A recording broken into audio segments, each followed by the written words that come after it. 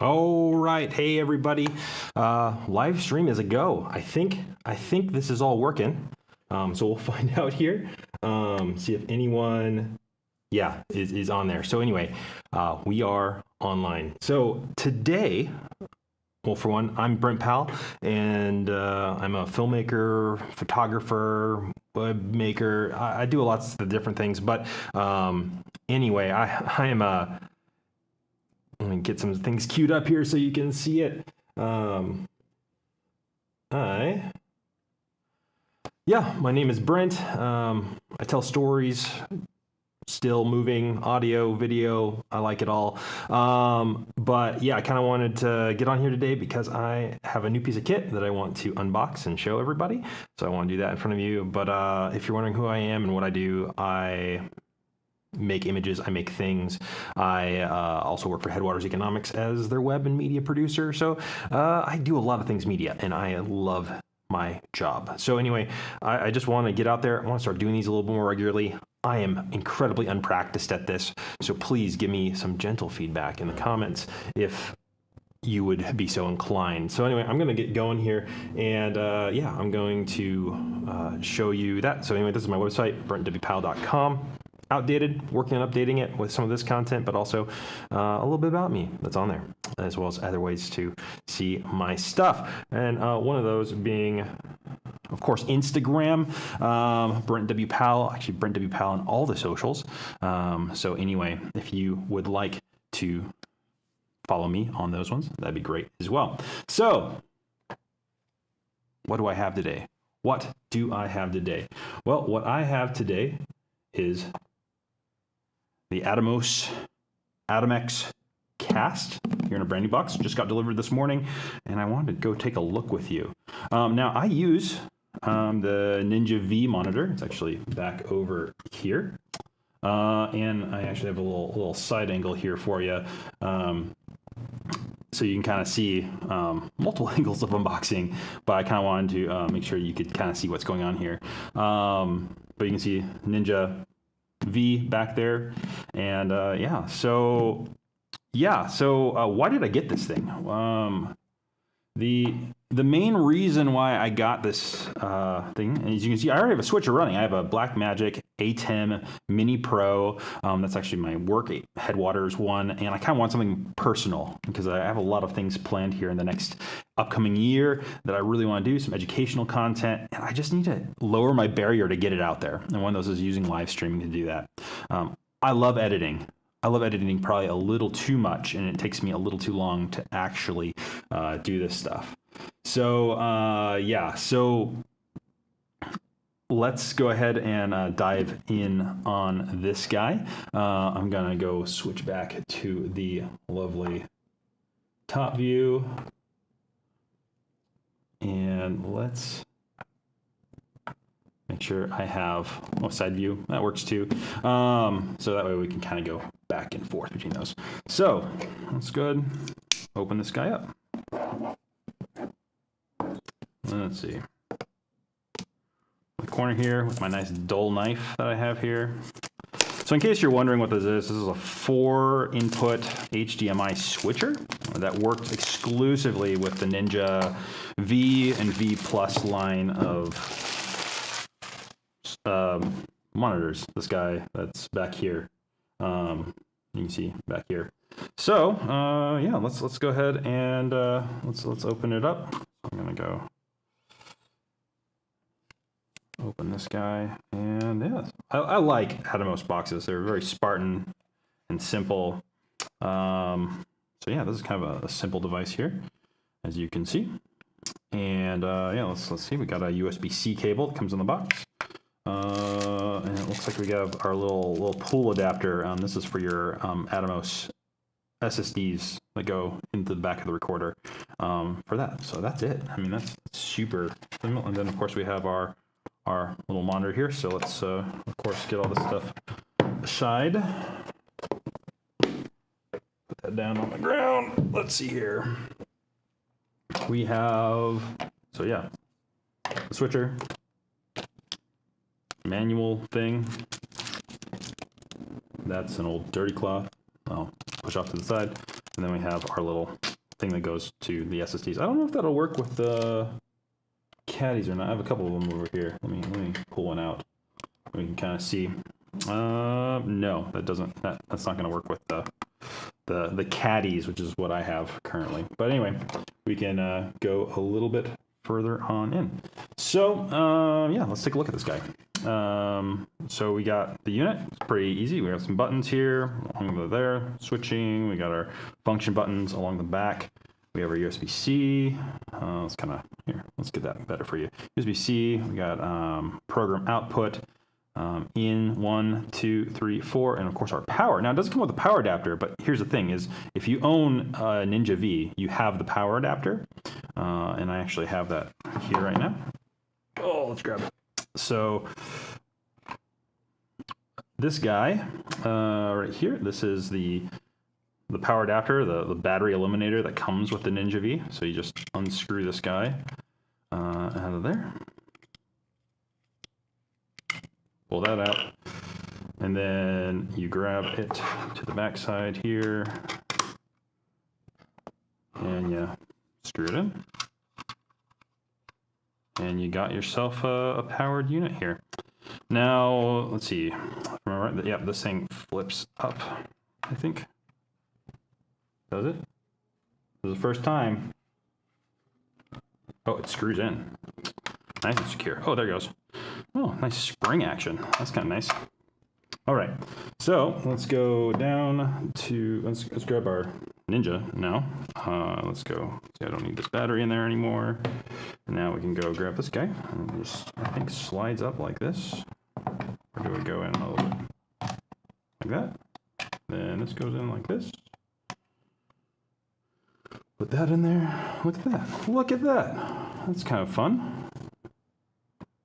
Wouldn't you say? Close this knife so I don't cut myself. But yeah, I mean, that's nice and tidy. Definitely a lot smaller than the Black Magic, which you can see running over here. And it's really valuable if you already own the Ninja V. Maybe not so much if you don't already have one of these. So let's see, what do we got here? Let me go ahead and turn on. I should be powered on. Hey, look at that. Got our little fans. I'd have to say one of the things about the Ninja V recorders, the fans are kind of loud. I mean, it's not bad enough. I definitely use these in professional usage, but yeah, they're totally fine. But yeah, that startup fan always worries me a little bit because I kind of forget that they don't actually run that loud. So anyway, so we got ourselves this guy. If I remember right, we go into our input. It has been a little while. You know, I probably should have looked at this a little bit more. I have a couple other things I want to discuss kind of around this guy too. The input source. There we go. Atomos cast. We're going to do that. It's going to restart. I don't know if you notice this. Anytime you do something with the Ninja V and you change the format, it goes and restarts. Ooh, it's updating the module firmware. Now, I did update this guy to the latest Atomos, whatever they call it. Anyway, this guy is ready to go. So that's taking a little bit. I was kind of hoping not to have delays, but this is what happens when you unbox live and you plug things in live. So while this is going, I'll switch back to talking. So, you know, a lot of the content that I want to do is educational in concept, and I just want to be able to show what's going on a screen and do some other things. There's some really cool things I figured out how to do on the ATEM, which I haven't really done personally. I've used them for other products for my main job, but I'll be curious to see what the parity is. It looks like the picture-in-picture modes aren't quite as flexible. Like the macros that you can build are super powerful for the Blackmagic, and maybe I'll do some on that. But I'm looking forward to this because it's all in one. I can record with this. I can just kind of get everything done really quickly is my hope. And part of this, I also want to work. I'm working with my wife. She's a photographer, running a small business, and there's just lots of things that we've learned over this last couple of years, especially about running businesses and side businesses and doing those things on the side. But yeah, I think this will definitely be helpful in that. So yeah, I'm kind of excited. So it's gone, changed over. Let's see, we got our side view of this thing going here. Let's go back to the top. All right, so it's on. And let's see, we can switch a couple things. We don't have any inputs. I've used all of my cameras up for this thing. I probably should have tried to borrow another camera to plug in, even if it was just like a cheap GoPro or something like that, or even HDMI from, I don't know, from a computer. But anyway, so we have this, we have our inputs, and we can, switch our inputs, using these buttons. And it does give you a little bit of feedback. You can't quite see it. Let me see. Let me raise it up, see if you can see that faint red line in there. It kind of shows you which one is selected. So it does give some confirmation. I'll be curious to see when I plug it into a monitor. I'm going to do a live stream on this later. So everyone else can kind of see this whole thing. Yeah, let's talk a little bit about the specs on this guy. So let's see, let me put this over here. And then let's go over to this. Sorry, I'm very, there, we got this guy. Let's see if I can get, whatchamacallit, can I get, let's see, there you go, auto, on, yep, I need to go 4, on, cut, on, there we go, whew, goodness gracious. All right, so, I got this piece going. I'm a little discombobulated here, but yeah. So we got our Atomos cast here. It costs. Let's see. Go here. Wait. Oh man, I'm just all over the place. It costs $399 US. It's yeah. So it's a little more expensive than like base like ATEM Mini that you might be used to seeing that does the same stuff, but it has a couple interesting features that are a little bit different. Mainly like the compact footprint, the fact that it has this high quality recorder on there, you can do everything in like 10-bit, all that kind of stuff. It's super good if you know like video compression and quality and stuff like that. That might make sense to you. Yeah, the compact format, the high quality footage, kind of carry anywhere type of mentality is definitely one of the things that like, makes me pretty excited about it. Go back, of course they have their site that you can go to and read up all their stuff about it. But I plan on putting this through its paces here in the next couple of weeks and hopefully doing a live stream next week to have this hooked up instead of the ATEM so people can kind of see that. But you get all the functions of the monitor, which is kind of the cool thing. You also get some additional video outputs, and so like giving it like a spec for spec, is this worth it compared to an ATEM Mini, or let's say the ATEM Mini Pro or ATEM Mini Pro ISO? I don't know. Now there's lots of firmware updates supposedly coming for this that I've heard through some other. I watched the Gerald Undone video where he used this thing, so I mean you could watch that. It's probably better than what I'm going to give you, but you can go see that and see what he has to say about it. But it's definitely, it's different. It's not the same. Not the same workflow. It's not as broadcasty, I'd say. So anyway, yeah, I'm kind of excited to see what they say about this.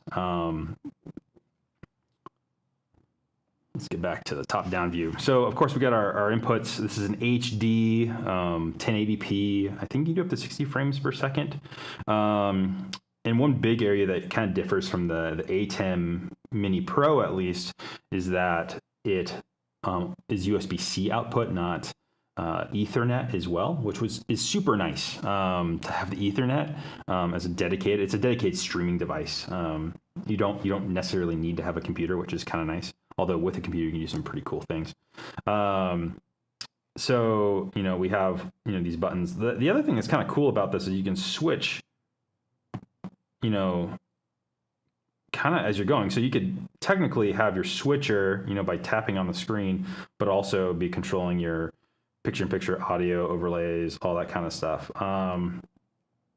But anyway, I'm super excited to test this out a little bit more. I know there's a lot of things to go over with something like this, and it's very boring when you don't have any inputs hooked in. But I kind of wanted to give some general impressions. I mean, this thing is, it's plasticky, feels good though, feels sturdy. I think, it'll last the road use. I'm excited to try this out in a couple different areas. The multi-view, I think, will be handy. I saw, again, in that Gerald Undone video, he was using it on his monitor output with 4 up at the same time, which is kind of nice. Like I'm using off to this side. If we kind of look up towards this way, I have my monitor with 4 views, but has 2 big views at the top, and maybe isn't as good for just monitor feedback, which I think is a big thing for me to be able to utilize. All the inputs descale or scale appropriately, so that you can go down to just having one, or you could have different resolutions. So you could have 4K inputs at different frame rates, and then they will all standardize to whatever your main input is, which is really nice. Again, it's only 1080p HD as the max resolution, but I'm curious to see what they'll do with this. I'm sure there's going to be some new things coming down the pipeline with it, and I'm just excited to see where they go with it. So I'm gonna keep on going here about it. I have both this and the ATEM Mini, so I will use both. I am definitely invested in both systems, and I might use both together at times. So we'll see how this works out over time. I don't know exactly how this is going to go. I'm really excited to find out, though. I think this is an exciting direction for Atomos to take their switchers, or take their monitors, their recorders, and that's kind of where I want to go next. Is talk a little bit about the recorder. Now, I recently got the license for the H.265 encoding on this thing. Mainly so I could do long form recording without filling up hard drives super fast. Because that's the one thing, when you're shooting in ProRes, it fills up quick. Even in the ProRes Lite, the LT variant, it's still, it's a lot of data. It's easy on the computer, but it's still a lot of data. So I was excited to try out the H.265. Now, I don't know about you if you own one of these, but one of the things that I ran into when I first got mine is I bought some crucial SSDs. I didn't research it well enough, and they weren't fast enough. You get Skippy the kangaroo, you get that little yellow caution icon that'd be in the corner. And so I had a bunch of SSDs that just didn't work. And I had some old SSDs I was hoping to use with it, some like 250 gig ones, and they didn't. They just flat out would give me that Skippy thing, which was fine. I was able to piece together. It happened to be on a commercial shoot one time too, and it was just super annoying to go frame these things together. Like I'd lose like a frame or two and it would start recording again. So it's not the end of the world in how Atomos handles the failure to write. But it must have to do something with like the caching on the driver or something like that. So anyway, H.265 is less bandwidth intensive. It's more intensive, of course, for the recorder to put out because of crazy compression, but it's not, however, crazy bandwidth intensive. It's still the all-I intra-frame version, the HQ version is like 350 megabytes per second, which is beefy. That's a big file going out for sure, but it's not near as much as in the high-end ProRes or ProRes RAW recordings you did. I've since bought some hard drives that do work with it, but I'm still bummed because I have these other hard drives that are perfectly fine. And for a lot of what I do, I just need to do kind of archive recordings in a lot of ways. And it'd be nice to be able to do those without taking a bunch of space. Now, I will give this one caveat though. H.265 is a beast to edit with. And so on my Intel MacBook Pro, they require some transcoding. On like the beefy iMac back there, that's like the last 27-inch one that they released, and it's pretty well spec'd out. It actually can handle it. I haven't tried like any multicam streams of it, but it can handle like a base, like just the file at least. And then the M1 Mac Mini, which actually I'm running right now on this thing, does it no problem because it has encoder decoders for that. So here's the thing. You can use those old SSDs. I kind of missed the point there, but you can use those old SSDs now. SSDs in there now, and which has an interesting benefit. That being that you can rehouse. I also have a 3D printer here at work, and so I've been playing around with that. You can rehouse your SSD. So let me flip back here to the top down. So we got our master caddy here that you might be familiar with if you used these before. I have an old 240 gigabyte like Samsung Evo, and actually, let's see. Let me pull this over. I have an old shell of one right here, and I have a shell of one, which you might be kind of getting where I'm going with this. What I did is I took the drives and I have popped them into these 3D printed enclosures. They're a little wonky. I got some work to do on making them good. But anyway, so I have that same drive that's in here. I put 250, that's wrong. But anyway, I put it into here, and now I can swap those right into the back of the Ninja V. Although in this setup, it doesn't work out because they don't have handles, so I can't grab them out. So in that case, I'd probably use the old caddies anyway. So I'll probably keep some in the caddies still, and then these ones would just be nice when I'm on the go and on the road and just doing some recording. But yeah, it's kind of cool because let me grab this one. So this is a 1 terabyte. This is that crucial one I was talking about that just didn't work and would give me issues. But there it is. I mean, that's all an SSD is, and they occupy the entire void of one of these guys. So if you think that's all that's in the SSD, they just made these because this was a standard size for a laptop back in the day. It still is for some. But anyway, yeah, so I made these guys, and so I can now use some of my old SSDs, which is really nice. And you can get a ton of time on them. I mean, we're talking, hours upon hours, practically days worth at the lower bit rates on even like, especially on the terabyte drive. But so I'm excited. I'm excited to be able to use that. I think this is a pretty cool way to utilize more, and they're not talking about it. I don't think anyone really is. I'm frugal, so it's more important to me than probably is to other people. But anyway, and also 3D printing is so much fun. And actually, you can see this guy up here on the top of the desk. That's a 3D printed SSD dock that I made as well. So there's some pretty cool things that we can do with that. So anyway, I just wanted to put that out there because I think that's a good use case for some people that just need to be able to use some of this. They have some stuff flying around. They want to be able to use them still. I'm definitely going to utilize it. It'll be nice to be able to keep some of my projects separate for a while. So yeah, that's kind of what I have. Now I don't know if anyone has any questions in there, but if you do, leave them in the chat. I'm more than happy to answer those.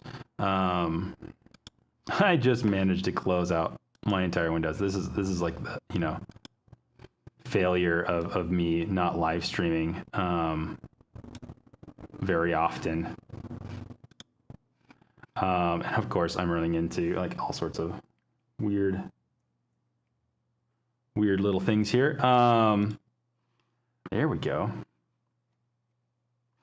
And let's go back. Oh man, the technical difficulties just keep on coming, don't they? Let's see, tile window to the right of screen. There we go.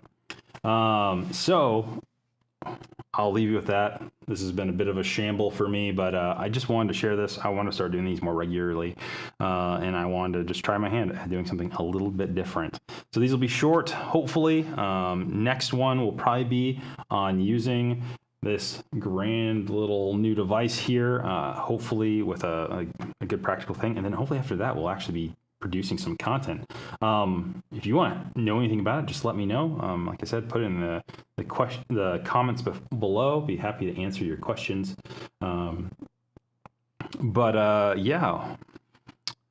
with that,